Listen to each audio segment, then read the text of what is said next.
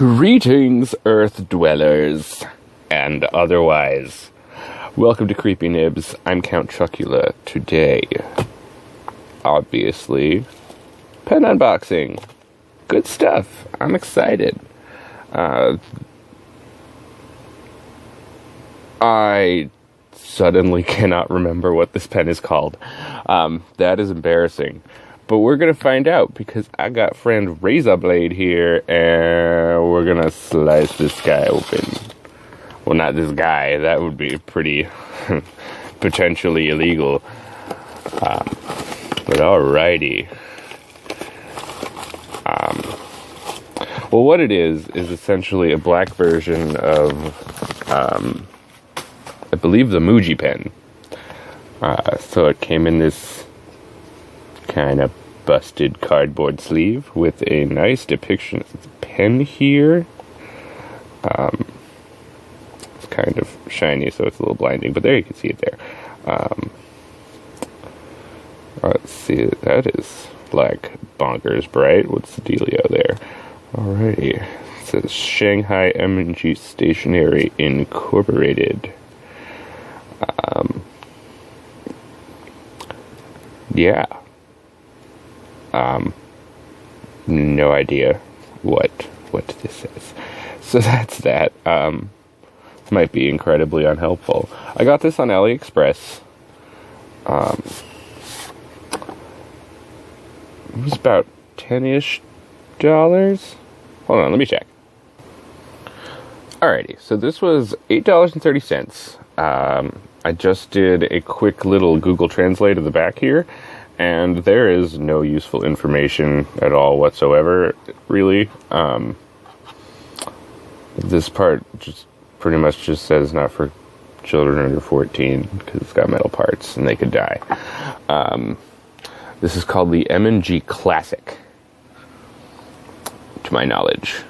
It's as far as I got, because after that, in the name on the website, is just, you know, a bunch of, you know how AliExpress item titles go. They're kind of ridiculous. But yeah, alright, so it comes in this metal case. I believe these indents are intentional. Otherwise, somebody just kind of like, I don't know, squeezed it really hard.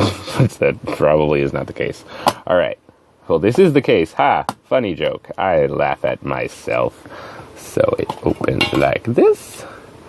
This appears to be some kind of a quality assurance dealio. Let me just do a quick little checky check on that.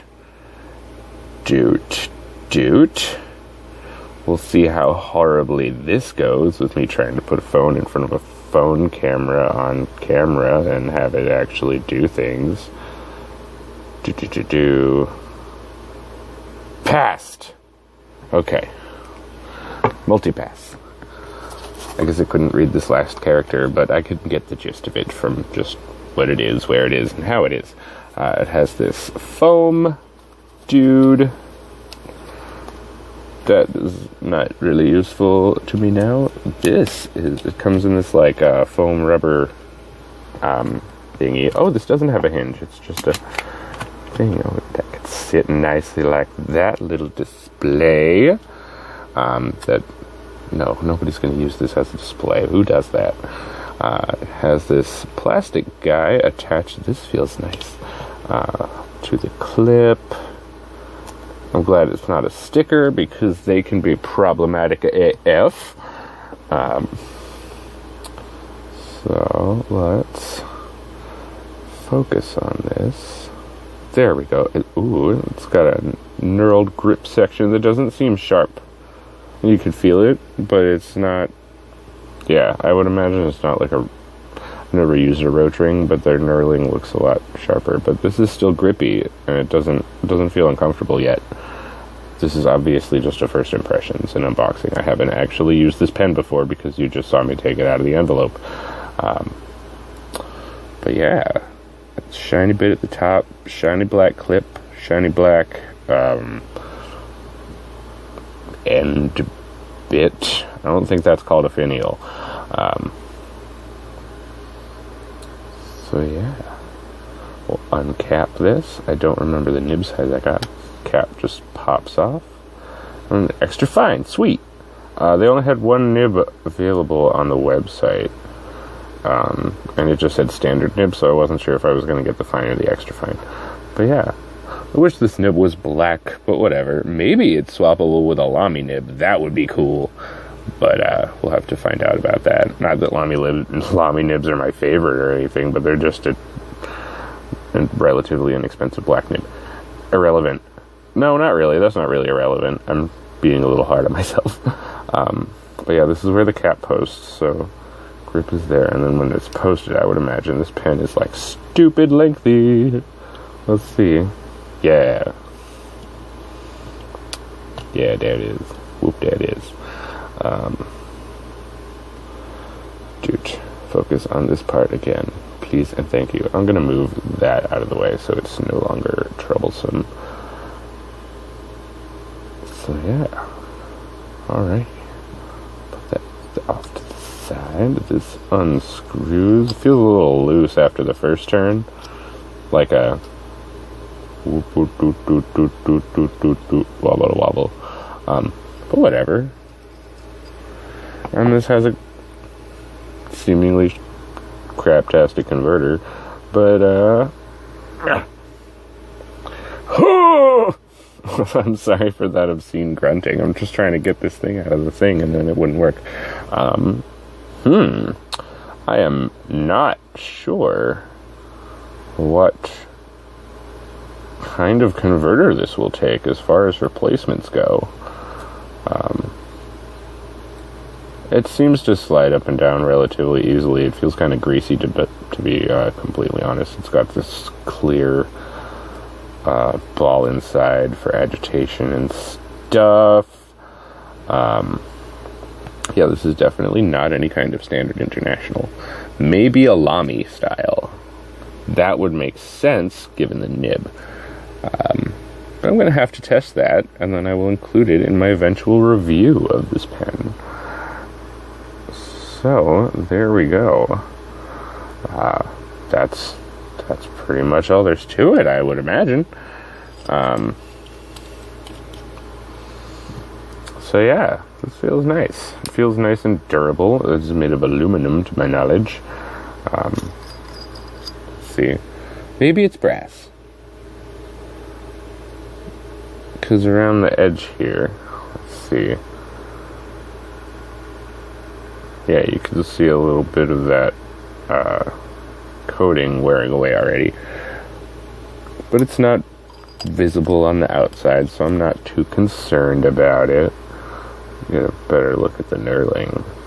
Yeah, that's pretty. This is an aesthetically pleasing pen. It's very simple. If you like minimalist stuff, you should probably enjoy this. So what I'm gonna do is I'm gonna ink it up. After I do a size comparison, just to do it. Here, a TWSBI Eco. I have here the Keiko Sky 2, which probably doesn't help because this isn't an incredibly popular pen. Anyway, Jinhao X450.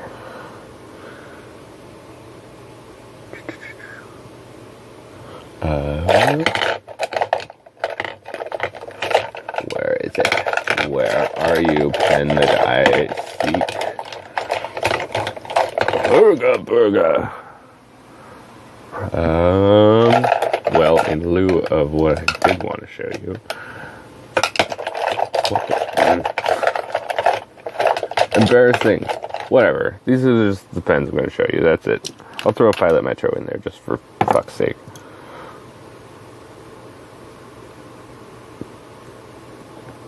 Alrighty, so it is comparable in length with the TWSBI Eco, longer than the Safari, longer than the X750, but way thinner than all of these pens.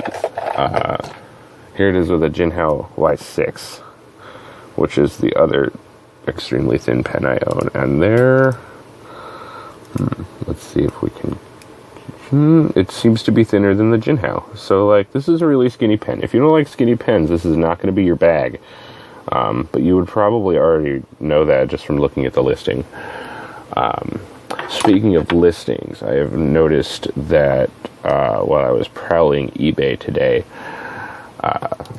Office Supplies Pen, better known as Bobby, who is, like, I would imagine a pretty great dude and, like, totally awesome.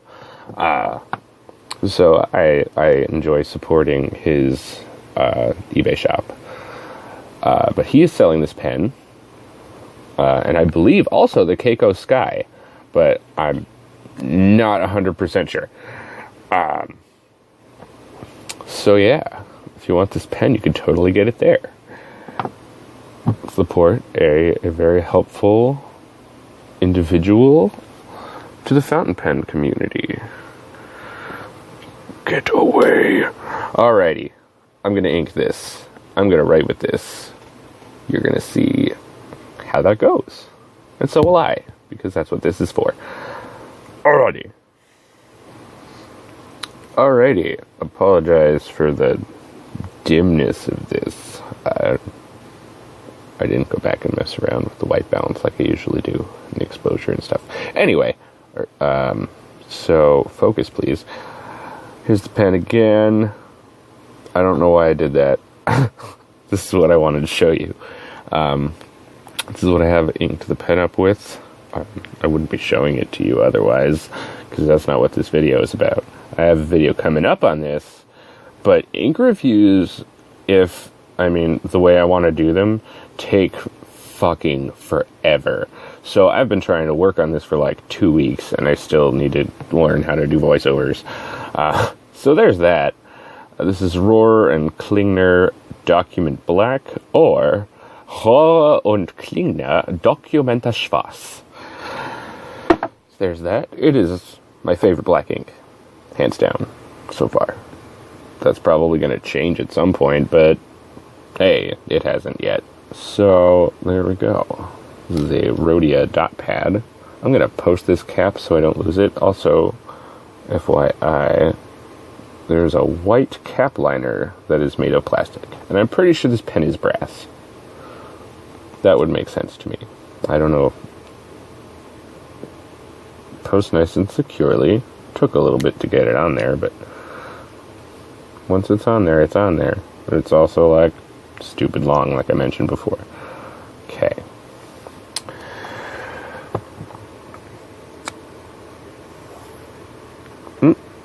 Not writing yet. Maybe I had the cap off too long. This ink dries relatively quickly. I should zoom.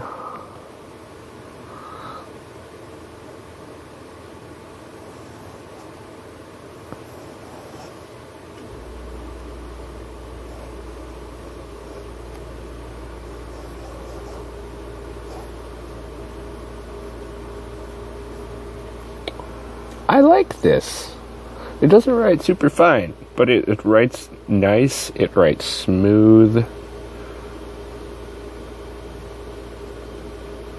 I'm gonna not post it and see what that does. It doesn't really affect it much, but it does feel nice in the hand. I don't think this would be uncomfortable for a long period of time.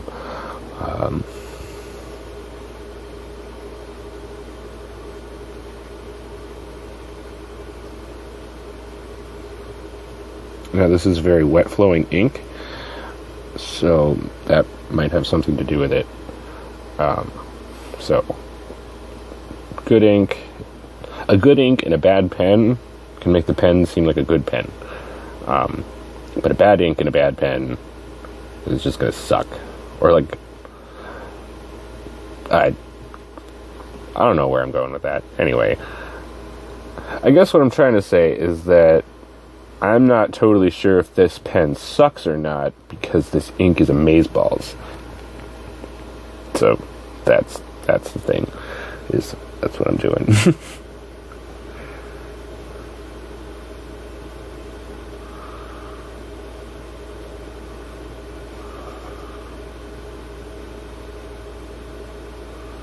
There's a little bit of skipping, and I'm not sure if that's oils from my hands, or the pen itself. So I will have to do more stuff with this.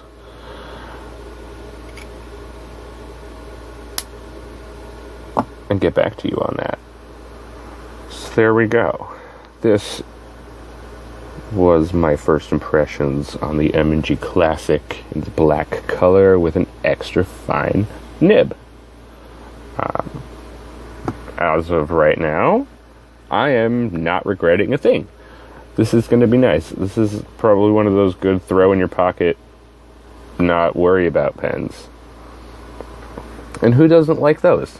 Because, you know, we don't always want to, like, baby every single pen. We want to use them often and loudly. So yeah, there we go. Pen stuff, fun stuff. Alright, stay spooky. Bye-bye. Okay, quick addendum. I film these videos with a headphone microphone, so I generally can't hear what's going on the paper with the writing and the nib and the ink and stuff. So I go by feel. When I say something like writes smoothly, it feels smooth. It didn't seem like it was scratchy. But I have the microphone next to the paper now, so maybe you can hear. This is feedbacky as fuck.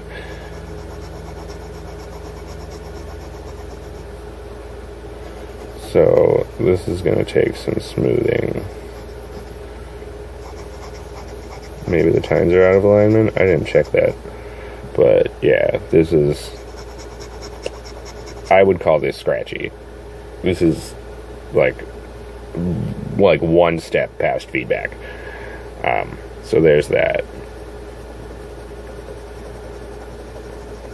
But it's not bad. It doesn't feel bad when writing with it, but it definitely feels a little bit stiffer than a pencil. Alright, sorry about that.